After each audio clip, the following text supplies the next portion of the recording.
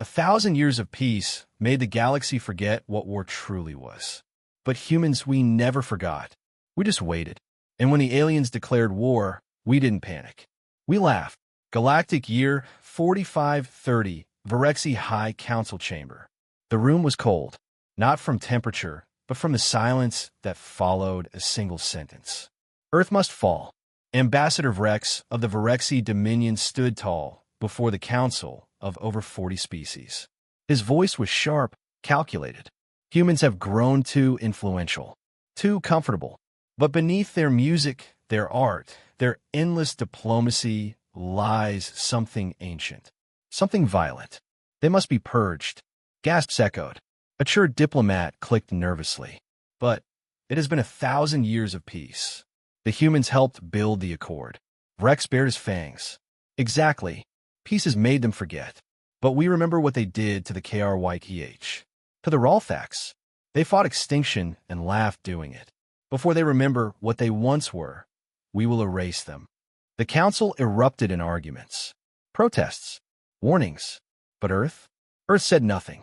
Earth, Geneva, Unified Human Assembly, emergency session. They'd seen the transmission, heard the declaration, and laughed. Not because it was funny, but because it was predictable. Commander Aisha Lin, now in her 70s, stood before the holo display. The room was filled with human leaders, scientists, and generals born during peace, trained for diplomacy, not war. Let me remind you all of something, she began, voice calm. The universe thinks we're soft, that 1,000 years of peace erased the species that once nuked itself into near extinction, then rebuilt faster. That we forgot how to fight. She turned, gaze hard. We didn't forget. We buried it. And now we dig it up.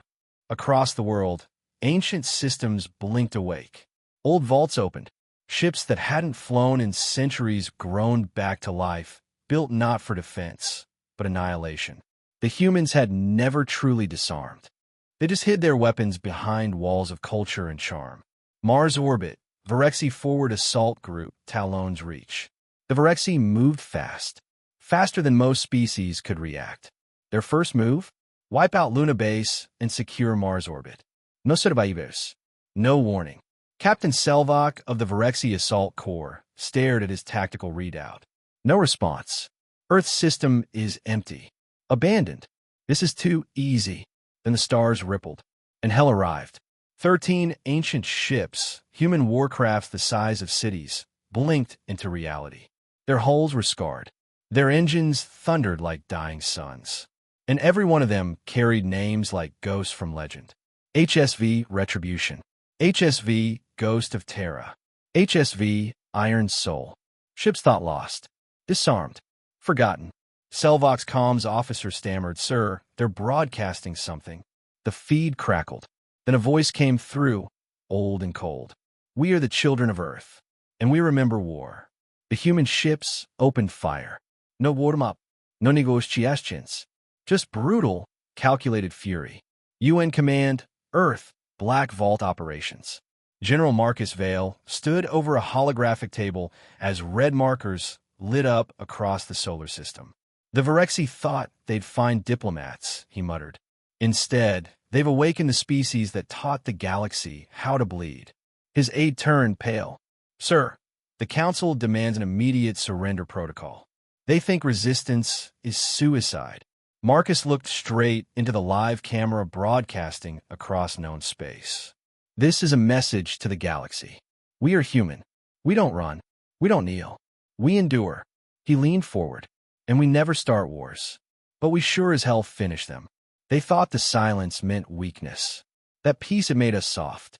But humanity was never silent. We were listening, watching, preparing. And now, the vaults of Earth open wide. Saturn's orbit, the graveyard wake. The Varexi sent a second wave, stronger, faster, confident. They swept past Jupiter, scanning for Earth defenses. They found something else instead. Dead ships. Thousands of them. Old. Rusted. Drifting like corpses in the rings of Saturn. The Varexi laughed. "Human trash," one commander sneered. But then the lights turned on. Every ship. At once. Engines flared like reborn stars. Cannons rotated. Holes split open to reveal weapons systems no alien intelligence could have imagined. From the lead human warship came a chilling message. You've entered the graveyard. We've been waiting. Then silence. Then fire. Earth, black site, Erebus. Deep beneath the Andes Mountains, a chamber opened that hadn't seen light in 1,000 years. Inside, suspended in cryo-sleep, were soldiers. Humans who weren't born to peace. They were grown for war. Project Ashfall. Men and women enhanced beyond natural limits. Engineered at the edge of ethics and forgotten by design. As power surged through the facility, one by one they awoke.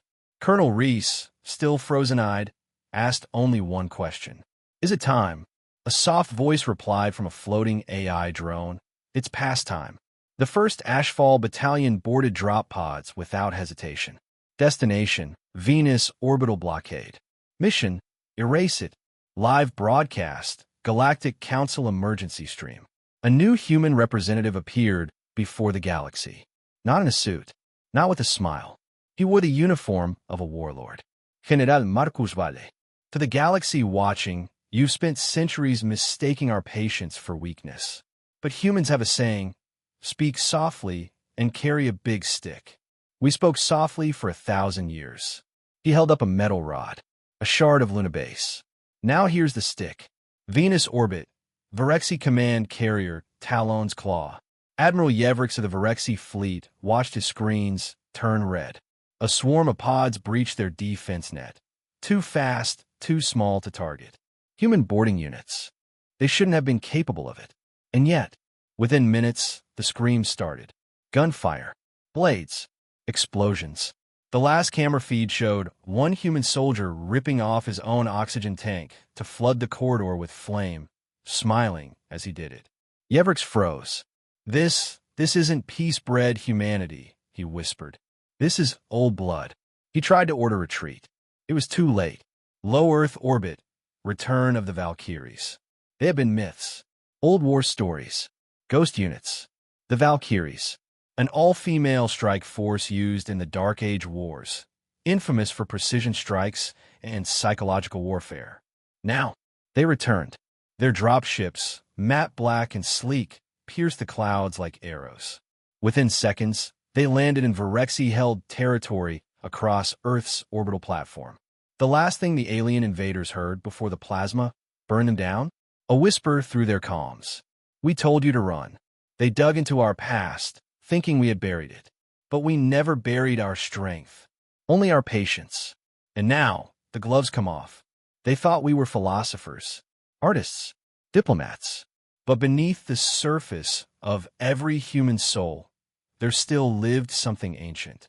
The monster that clawed its way through fire to survive. Virexi War Council, encrypted deep space channel. Chaos. That's what it looked like. Pure, unfiltered chaos. Admirals screamed over each other. Data feeds contradicted themselves. Ships were vanishing without warning. Half their fleets were retreating. The other half were gone. No reki, no signals, just silence. Over the noise, Emperor Zareth struck the table. He said they were weak. That Earth was toothless. A trembling war strategist tried to respond. We had projections. Their fleets were outdated. Their tech is centuries behind, yes, growled the Emperor, but their rage is not. Earth, Deep Orbit Command Station, Fort Zenith. The station wasn't even on most maps. It wasn't meant to be. It was the last fallback for planetary defense, though it had never once been used. Until now. Inside, Commander Lin stood before the central AI, arms crossed. Status. The AI responded, calm and chilling. Silent fleets active. Ashfall divisions deployed. Vaulted tech prototypes in testing zones 7 through 12. Humanity's war index has reached phase Omega. Commander Lin whispered, they really woke us up. Yes, ma'am. They did. On the screen, new vessels appeared. Human ships built not for control or containment, but for punishment. Moon debris field, ghost protocol in effect.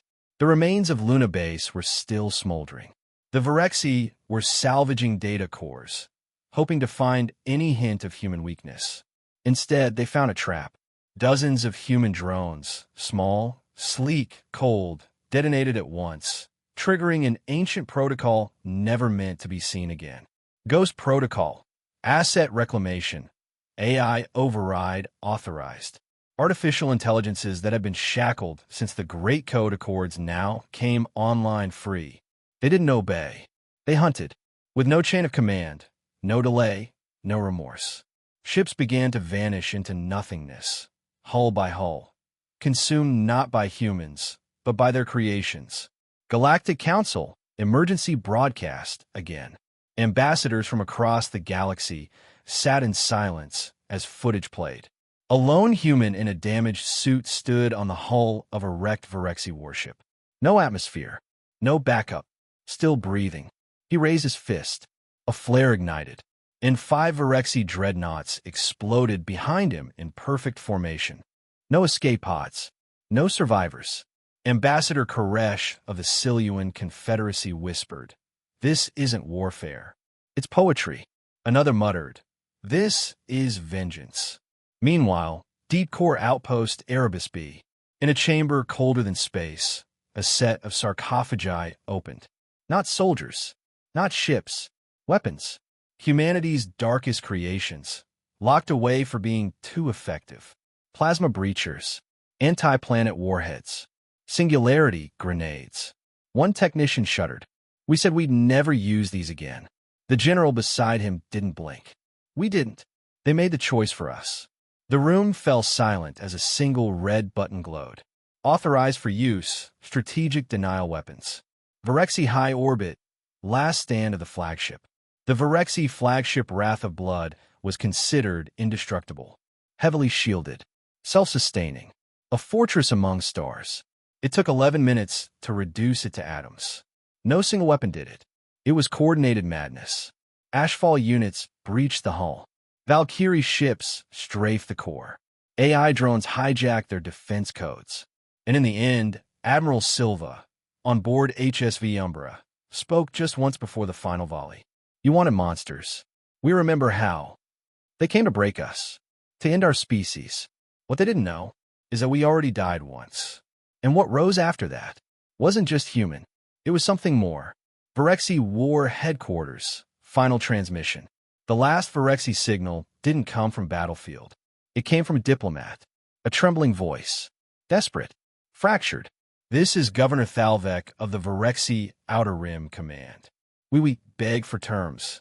Humanity, please respond. We yield. We surrender. We." The signal cut off, not because an attack, because no one was listening anymore.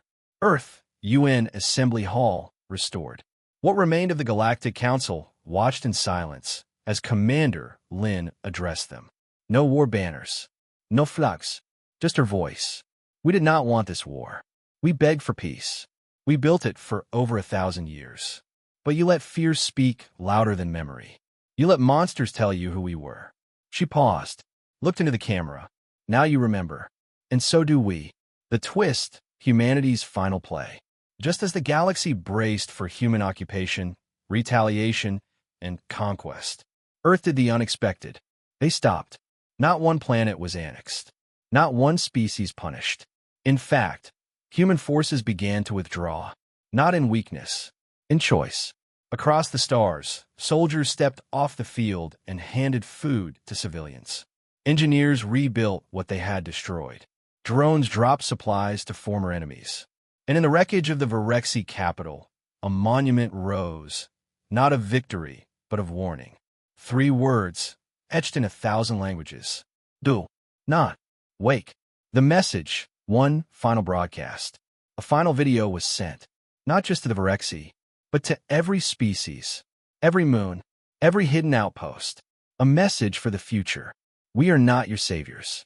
We are not your executioners. We are the memory of fire. The voice of the storm. You thought we were asleep. But the truth is, we were just giving you time. Time to be better. You used it poorly. The screen faded. Then one last line appeared, in simple human script. We were never the monsters. We were the cure. The Virexi Empire collapsed within weeks. Not from war, but from shame. Other species began to rewrite their histories, This time, not hiding human wars, but studying them. Not in fear, but in awe. Human culture, once viewed as soft, was now revered as the perfect paradox. The species that created peace by preparing endlessly for war. The phrase, "Don't wake Earth," became a proverb whispered between admirals and diplomats across 1,000 worlds. Earth, 1 year later. The war was over. The systems rebuilt. The silent fleets returned to sleep. Commander Lin stood beside a child in a city garden, looking up at the stars. "Is it true," the girl asked, "that we could have destroyed them all?" Lin nodded slowly. "But we didn't. That's what makes us different." The girl blinked. "Will they come back?" Commander Lin smiled, not with pride, but with purpose. "If they do, we won't laugh next time. We'll just end it before they finish a sentence. You want a war. We gave you memory. You declared it was the end. But for us, it was only the beginning."